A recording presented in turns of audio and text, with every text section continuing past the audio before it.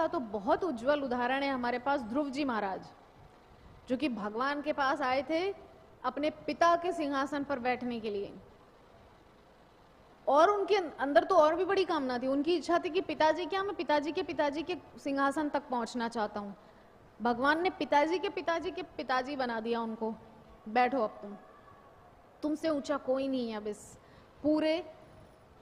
14 planetary system में, इस पूरे भुवन में, इस 14 भुवन में तुमसे ऊपर कोई नहीं है। शिशुमार चक्र जिसको बोला जाता है, वो ध्रुव मंडल जो है पूरा, इससे भी ऊपर है, ब्रह्मा जी से भी ऊपर है। बोलिए उत्तानपाद के पिताजी मनु के पिताजी ब्रह्मा, ब्रह्मा जी से भी ऊपर बैठ गए, अपने परदादा से भी ऊपर बैठ गए ध्रुव जी। तो इच्छा क्या थी उनके अंदर?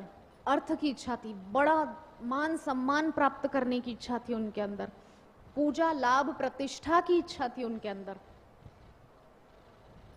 तो भगवान की कृपा हुई, भगवान से पहले भगवान के भक्त की कृपा हुई। नारद जी मिले ना बीच में, नारद जी ने पहले तो बड़ा परखने का प्रयास किया उनको कि ये व्यक्ति, ये जो बालक है, ये दृढ़ है कि नहीं, मतलब अब इसको है कि नहीं ये दृढ़ विश्वास कि मुझे ये पथ पे चलना ही है, ये मार्ग मुझे आवश्यक रूप से इस पे मुझे चलना ही है, ये श्योरिटी इसके अंदर है कि नहीं। पहले तो चेक किया नारद जी ने अच्छे से, क्योंकि जो कुम्हार होता है उसका तो यही काम होता है ना, और गुरु तो कुम्हार ही है।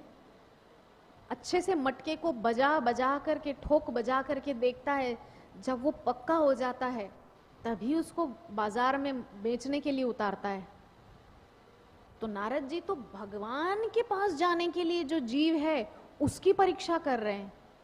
वो तो साधारण मटका जो पानी पीने के काम आता है, लेकिन ये तो जीवात्मा है जो भगवान की प्राप्ति के ओर चला है, इसकी तो परीक्षा होनी ही चाहिए, और बहुत कठोर परीक्षा।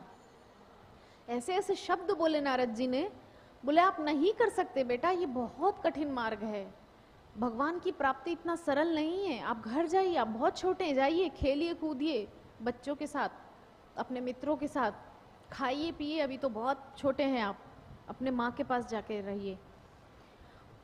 ध्रुव जी ने स्पष्ट रूप से कह दिया, आप मुझे भगवत प्राप्ति का मार्ग बता सकते हैं तो बताइए, वरना जय राम जी की।